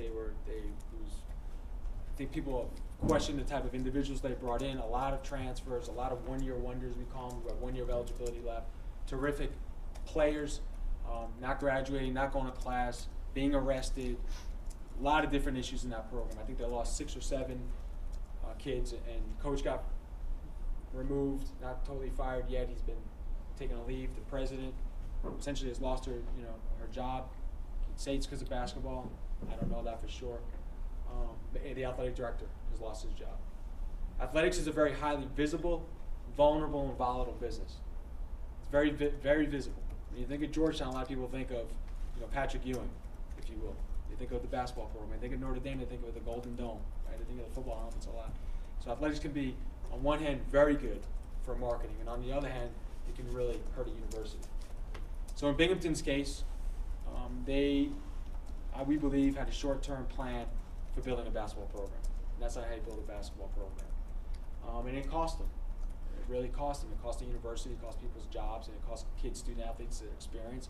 It's hurt them in a lot of different ways. From a Hofstra drop football. That's an institution that I played at. I played football at Hofstra, and it's an institution that had a long history of success. And forget putting people into the pros, because we all know that's not why we're in this business. But it really helped brand that university for a long time, as did that basketball program. And they dropped it. They didn't drop it because they were cutting budgets. They did it as a reallocation of resources, is what's been termed. So, any questions about that, how that affects us? Yeah, for Binghamton, what policies or procedures does Stony Brook have in place, or action plan to prevent similar type issues among any of the sports? Well, first, if you go back to our core values, I mean, that's something we live by. We hire the coaches that believe in those core values. We hold those coaches accountable. We have a terrific oversight process that we work with our coaches daily. In the recruiting, I meet with every recruit personally. In the admissions process, we work very closely with Matt Whalen and his staff, that we're taking kids that can be successful here. We have a terrific academic center. We do not tend to take kids of high risk from a discipline standpoint. We really stay off of that. We've taken, I think, one transfer in the last couple of years from a higher level program, and he's been fine. He hasn't been a problem. He's a terrific kid. So we try and really, in the evaluation and the recruiting process, judgment of character. That's really what we look at, number one, and certainly athletic ability. So I feel like from our core value standpoint, from the type of people we hire and how we manage them on a day-to-day basis, we're in terrific shape. We're in terrific shape. And I would encourage anybody from the university to speak on. Go ahead. Jim, I would just add that I think one of the keys to assuring ourselves that we don't wind up in a situation like that is that so many of the processes around athletics have been institutionalized. The registration process, the financial aid process, the scholarshiping, the budget process for building athletics budget, compliance initiatives. It's all integrated within the university administration. It's not a standalone entity that's out there without being watched. Okay, very much a part of the institution. There are several. Go ahead. Can I just make a comment that one of the consequences of the Binghamton issue is that SUNY is taking a look at this. So there was an investigation from an independent source that was brought in by Chancellor Zinfer and the SUNY Board of Trustees to look at the Binghamton program, but they will also be looking at all programs. And I think Chancellor Zinfer is very proactive on this. She's already said she plans to meet with Jim and I and bring a meeting of the Division I programs together to talk about what are potential issues. So I think you will see more active oversight from SUNY on all of this in the future, I think, because of this. Kevin, this won't happen because you get Jim Fiore. No. High energy guy, No pressure. professional, intense, and it's contagious. He's really doing a great job. John, thanks. I would just want to echo what Dan had to say. Every aspect of our operation, compliance rules and regulations, admissions, every aspect, it has an oversight on this campus on some different level. So we're not working in a silo, and that's something that's already in place. Secondly, we were a little bit concerned because when one of the 4 Division I SUNYs do well, they're independent, right? Last year, before this all went down with Binghamton, everybody was Binghamton. A few years ago, Albany's basketball team was going to play UConn and almost beat UConn, and it was Albany. When it goes bad, it's all 4 SUNYs. You with me? Buffalo's football team everybody's excited about Buffalo's football team. They made it to a bowl game, and the coach did a terrific job now at Kansas as the head coach. It was Buffalo. When things go bad, it's let's look at the SUNYs. And so that's good and bad. I'm excited about Nancy Zimfer. She came from the University of Cincinnati, which was a high-level athletic program. Managed her basketball coach, who was very well known to be someone who was on the edge. She was courageous in moving him. So, there's a question. Yeah, I think Dan's comments may have talked on this, but I couldn't hear it. I'd like to know about the mechanics of your compliance, the organization, how many people you have working for you in that area, and what's the scope of compliance? Compliance, so everybody knows, is NCAA compliance, rules and regulations. There's a manual this thick that we need to operate. Ultimately, I'm responsible. It's in our core values, stated, our coaches know it. There's no unwavering about rules and regulations. That said, Donna Woodruff oversees our staff. We have Donna, we have Stephen Clackett, who's an assistant athletic director, and he is an assistant. We have a core compliance committee made up of people on the campus. Dan Malucci's on that. Our faculty athletic rep, Randy Sussman, is on that. Donna, would you like to speak to the compliance aspect of that? Yeah, I mean, it is kind of varied, and as Dan had said, we do make sure that the campus is involved in asking us questions. We have to report to them what any of our violations, very minor, might be, and they question us as far as our systems that we have in place, and whether it be admissions, whether it be the way that our programs run. We also are fortunate that the university has set up people outside of the athletics department in the registrar's office, the admissions office, and financial aid that are not housed in athletics. So they serve as a double check for us when we're giving out scholarships or when we're dealing with the students' eligibility. So we're fortunate in that regard because a lot of institutions are not set up that way. So we do have the double checks on campus for us. I imagine some members of the board aren't aware of how strict they are. Speaking at a university once where the young player, his grandmother died, and they couldn't get him home at that time. I think since then they've changed the regulation that you can go to compliance and ask specifically that. But the outgrowth of that would have been the loss of X number of scholarships just for getting a kid back home to go to a funeral. And they can be very ridiculous in some areas. If you recall, when Stony Brook made the prior to us, when Stony Brook made the transition from Division III to Division I in the quickest amount of time allowed, there was several errors of omission, not commission, if you will, and we ended up having, I'm not sure if we've ever talked about this actually. There's 12 scholarships, 12 and a half scholarships that were we had they ended up being major violations. A black eye to SUNY, a black eye to the athletic program, black eye to university. It wasn't cheating, or it was just paperwork, lack of paperwork, and lack of having the mechanisms in place. And so what happened was, Stony Brook got penalized. When we took the job in 2003, we had absorbed, we just started, we lost scholarships, about 12, and that wasn't good. Because of that, we are very strong in that area, and as Dan and Donna articulated, we feel like we're in pretty good shape. Any other questions about Hofstra and Binghamton? Yes, sir. Not about that, but just a question of my own, that when we offer a scholarship, the university offers a scholarship to an out-of-state student, can that also cover the out-of-state tuition that student is? It can. Okay.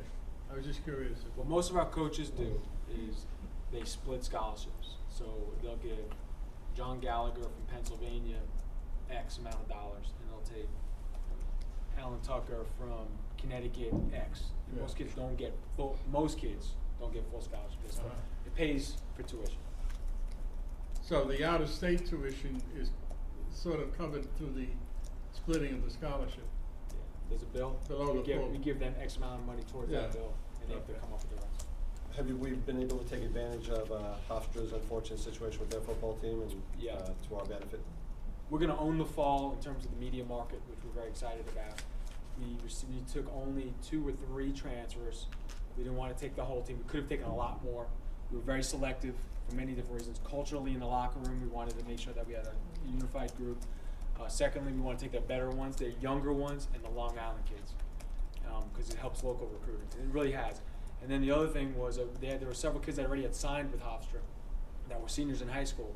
Obviously, they can't go, and we were able to take them and absorb them into our freshman class next year, which we're very excited about. And now we're the only show in town. I mean, really, from here, Albany has football and they give scholarships, but from Albany south, we're the only division, and Fordham, we're the only Division I football in town. And then if you think of Rutgers and then UConn. What's exciting is that we have Boston College. We haven't announced this yet, but we've signed a contract with Boston College. We'll be playing them in Chestnut Hill in a few years. Army, we signed a contract with Army. South Florida in the Big East next year. We're playing in Raymond James Stadium, which is the home of the Buccaneers. We'll open up there next year. So we're very excited about the branding, the exposure that Stony Brook will get. We're going to look very different in a few years. And when you go play those institutions, they pay you to come. $400,000, $350,000, which covers the cost. We're going to have a big tailgate, and if we take that money, we put it back into the operating budget. And that's for football? We put it into the entire budget. No. For but, football. You're going to play BC in football or basketball? We play them in everything, but Right. football is a higher level. Right. And that'll be on ESPN. It'll be a nationally televised game. But yeah, that'll be in football. Oh, exactly. We beat Penn State in basketball 2 years ago. All right, great. Yeah. Sir. Yeah, Jim, while you're in that area, and you probably are going to touch on this, could you talk about the possibility of us moving to Division I in football? And I know there are ramifications that we don't come close to. I mean, but do you have any kind of timetable? And what would we have to do to be eligible to make that move? The fact is, the reality is, that's a humongous dollar, humongous, and you have to minimally have a 30,000 seat stadium, minimally 15,000 season ticket holders, and then on top of that is the infrastructure, football building, really increasing the staffing level. It's a humongous animal. It's just a huge animal.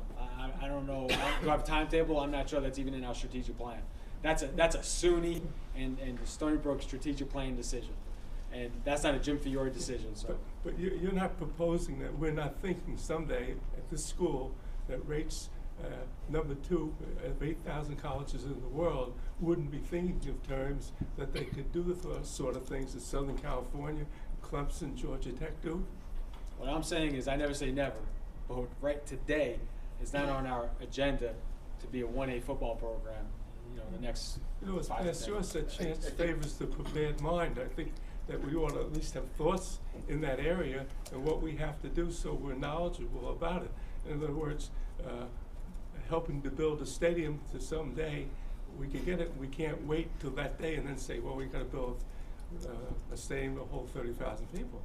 That would take, the Big Ten is looking to add members, right? So if the Big Ten were to call us, we'd certainly think about that, but I haven't heard it from them. Say that again. The Big Ten is looking to add a member, and they want academically very qualified schools. I think they're looking at University of Missouri has been mentioned, and Rutgers as another possibility in the neighborhood. So that that would be a conference obviously anybody would like to be a member of. But what's their minimum probably stadium size? I mean, stadium size, the arena. It's not just football. Yeah, exactly. So I mean, I think I think it's something to be thinking about, but I agree with Jim right now in our current financial I don't see how you couldn't situation. think about that. I mean, the football team is the thing that brings the alumni in, it brings the money in, and I know it's difficult with, what do we have, an 8,000 stadium over here? But it would be incumbent on a board like this to be thinking like that. I think it would be derelict in your duties not to. I'm a little confused, Lou. Jim, when you said we made the move to Division I, Yes. what teams do we have? What teams do we have Division I sports in? The football team is what? We were Division III, which is non-scholarship. Football is Division III. No, we were Division III and everything in 1999.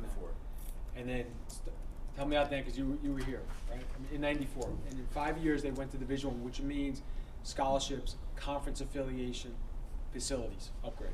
Okay. We're Division I in every sport. Every sport we're Division I. Tennis, football, baseball, basketball, we're Division I, which means essentially we play with institutions of similar athletic philosophy: scholarship, facilities, marketing, national exposure. We're in every sport, we're Division I. Football has 2 levels of Division I. There's the highest level, which is Boston College, Rutgers, Connecticut, Michigan, Virginia, Penn State, Florida State, Georgia Tech, ACC, Big Ten, Pac-10, Southeastern Conference. Then there's FCS, Football Championship Subdivision. It's smaller. New Hampshire, Maine, Massachusetts, Delaware, Stony Brook, Albany, right? So like the smaller football playing schools. But still Division I though. Division I, they give 63 scholarships. We give. The big folks give 85 scholarships. And for every dollar you give a men's team, you give a women's team, which is you saw the rise in our scholarship. Well, there's no secret why we won all these championships, because now our women are better.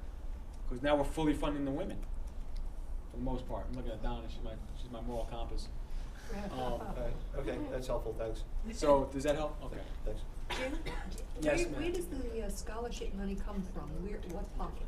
Yeah, it comes from fundraising, it comes from fees, it comes from that revenue pie. There's 3 aspects of our revenue pie. External, which is fundraising, essentially. Fees, which is the $440 a year that goes, and this goes into one big pot. And state, you know. Okay. Let's move on then. And so, as I said, this fall we had 3 conference championships. We had 2 Coach of the Years, and Chuck Priority Football has done a terrific job. Andy Lohan's a top 20 cross-country program now without a track. When you think about that, how good coach he is. We had Tyler Santucci, second All-American in football in the course of the history of the program, first Division I. 7 guys made the All-Big South football team, 17 All-America East Conference, and 1 Rookie of the Year in men's soccer. Cumulative GPA for the fall is a 3.04. We're second in that cup. I think we're doing it well. I'm really excited about our men's basketball program. As Dr. Stanley would tell you, we were awful. Yeah. We've been awful in men's basketball for the longest time. With 347, how many are there, Donna? About 350 Division I programs. For years, we were 330 out of 350, 320, 308, and not that, but we're so much better. Ball goes up and we're in the game. When the pass, ball goes up and the game is over, if you will. And we're mostly sophomore based. And when you think about the job Steve Peichel has done, and one of our challenges going forward will be how do we keep Steve Peichel? He's our men's basketball coach because he's terrific. He played at Connecticut with Coach Calhoun, 2-time captain. He's a terrific coach and a better human being. His kids are succeeding in the classroom. He's graduating his guys. He's doing it the right way with freshmen, and he's living with them, and he's had a lot of growing pains. We have 3 sophomores that start, 1 junior that starts, and the kids that come off the bench are young kids. And we're very excited. We're doing it in a little gym, which is great. We're fun. That's a challenge as we grow as a basketball program. Everybody's trying to win in men's basketball. Every school in the country tries. Why? Because there's 13 scholarships, there's 4 coaches, and for that investment, the March Madness brand gets you so much in return. Everybody, that's why it's so hard. In our conference, there are 9 institutions. They all want to win. They're all funding and facilities and coaches' offices and recruiting men's basketball. You have a crystal ball as to when you see Stony Brook basketball making it to the NIT or to NCAAs? Yeah, I mean, is there a if I game had plan? that, I wouldn't be an athletic director. Excuse me? I'm kidding.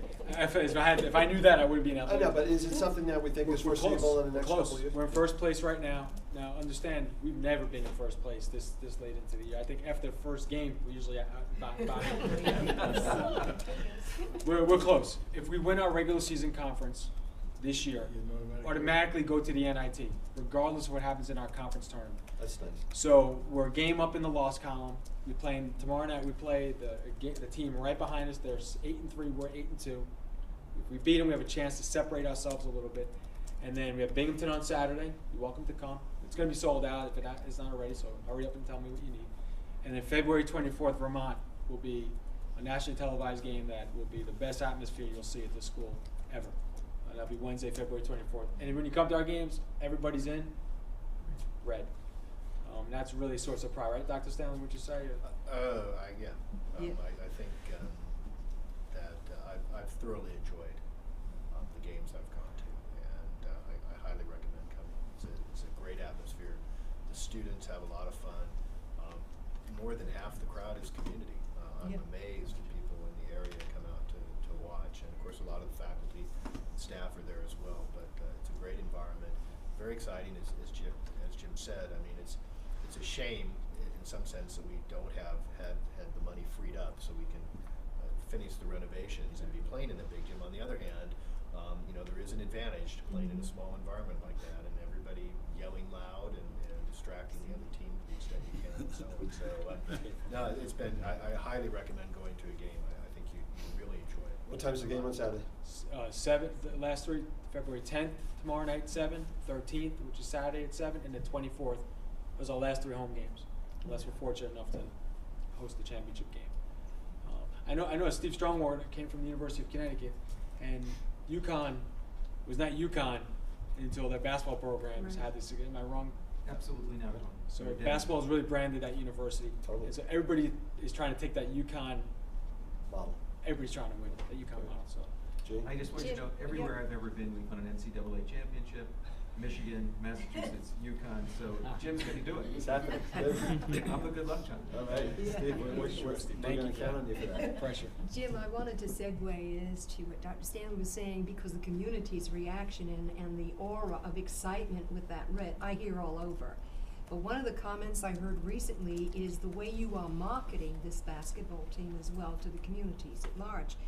And the excitement over at the Three Village Chamber of Commerce, where I think very competitively the men vie to win the prize where they become guest coach for the evening. Could you explain to us what that is? Because he was guest coach, and he told me he sat on a bench and he shook hands with the players, and I've never seen anybody so excited. So could you explain to us? Couldn't give that away. You couldn't give but, it away. But it's again, Steve Packard. What a guest coach means is that they spend the day with the team. So they come to practice at, say we play at 7 o'clock. They come to practice, shoot around at noon. They spend the day in the they spend an hour with Steve and have lunch with our coach. Then they'll go into a team meeting, and then they'll go meet with the athletic director. Then they'll go to the locker room for pregame. They'll go to the shoot around for pregame. They're on the bench in the huddles during game with the coach, and we sometimes the language we gotta be careful with Coach Steve. And then after the game, they go to the press conference, and then they're with the team from Jump Street, and they become part of the family for the day. And we acknowledge them at halftime or before the game, get a picture, and then the team comes over. They get the coaching uniform, and so they're part of the family. And that's really been we're very excited. It is such a winner, and now I'm wondering if you wouldn't come to Port Jefferson and do the same thing. Yeah. Because obviously this story is around and everybody's very excited, and the energy is, well, your recent press release to us was an exciting thing to read along. Well, thank you. So you're doing a great job. You're coming to a game, aren't you? Yeah, well, you bet I am. Yeah, that's it. I know you emailed me on that, right? Oh, of course. I had a question about, I know a lot of the cross-country guys are international. Yeah. Is that like on purpose, or are they trying to like bring in international players in the program? Or? Varies from sport to sport. Our coach is from Ireland, for example, Andy Ronan, and so we have an international. Depends on the sport. Okay. I just noticed a lot of guys from. Yeah, a lot of several guys from the basketball team are from Africa. It depends on how they find us. Kids want to come to New York. Yes, sir. Hey, Jim, we got to wrap up. Yes. But I had one question for you. I'm not going to be able to take any tour, but can you just give me a quick snapshot? I'm sure it was on Barbara's map. What type of facilities do we have here? I know we have Laval Stadium for football, but what else do we have? Yep. Laval Stadium's the athletic icon of Suffolk County, if you ask me. So that's our identity as an athletic program. So we need to continue to make sure that that's pristine, that the facility is clean and kept up. Okay. So and in that venue we house obviously football, men's and women's lacrosse, men's and women's soccer. Jim Valvano was a famous coach for NC State. If you remember, he died of cancer. It's called the V Foundation now. He made a comment when he was at Iona College. He said, "You can always tell a school that has no money by all the lines on their basketball court. Because they got the volleyball, they got the squash, they got the badminton. We have a lot of lines on our football field." That said, terrific venue. Great for our level of football. Great. Anything bigger for our level of football right now and how we are in our growth process would probably be too big. That's one. Today. Two, our basketball arena, as Dr. Stanley articulated, it's small. It's 1,220 seats I think we have in there. And we pack them in, and that will become, if we continue and keep Steve, that will become an issue. The good thing is there's high demand. And so with high demand, people, it's the place to be. It's a hot ticket in town. We need to be careful about our next step if we can't make it too big. We got to be very careful about it and remembering who we are and the size, and make sure that it keeps being a home court advantage. Fans on top. What was the reference to? We got the new gym under construction, or? close? When's? Over the course of several budget cycles, we put forward, and it was approved in principle through the legislature and adopted. And we did the design, and the New York State Legislature approved it. Remember I showed the 148 million? But the Division of Budget only released 5 of the 12 projects, and the arena is one they have held back. We were literally going to break ground. We were about a month away from, we were just awarded the bid, or about to award the bid. We were about a month away on our timetable to swing a hammer in there. For a new basketball? Renovation of the older, the arena. And it was a $20 million renovation. We were a month away, and it got frozen. So, but still appropriated. It's still appropriate. So I'm working with the Construction Fund and Division of Budget almost weekly, making calls and writing essays. And last week I spoke to Phil Wood, and we're doing another push. So I'm still cautiously optimistic. Phil Wood is the city person in charge. That's something I'm gonna help you out. Sure. All right. anyway, I thank you for your time, and I hope I didn't take too long. No, Any questions? This was good. I'm sorry, we have baseball fields too? The Nathan Field, we've raised 600. Joe gave us a half. It costs about 1.3. We're at 1.1 right now. We were able to secure 600. We haven't announced the gifts, but people verbally committed up to $600,000 in donations. So I'm going back to Joe to ask him to complete the project, and we expect to break ground in May or June, right at the end of the season. Right where the existing baseball the field? existing is. And that's right behind the LaValle Stadium? Yeah, just closer to the north entrance. Right. The basketball arena, the weight room is something that's it's tired, and that's something we need to continue to think about working on. The track, we're very, very, very lucky. I mean, that's a community track too. Right. But we're going to have a track, hopefully, that the community and faculty and everybody can use. We're going to break ground in April. We're very excited about that. And we're very excited about the inner portion of the track is going to be field turf, which means we can play any sport out there and relieve the pressure of the stadium. And, well, thanks for your presentation. Thank you for having me. I appreciate you being here. Thank you.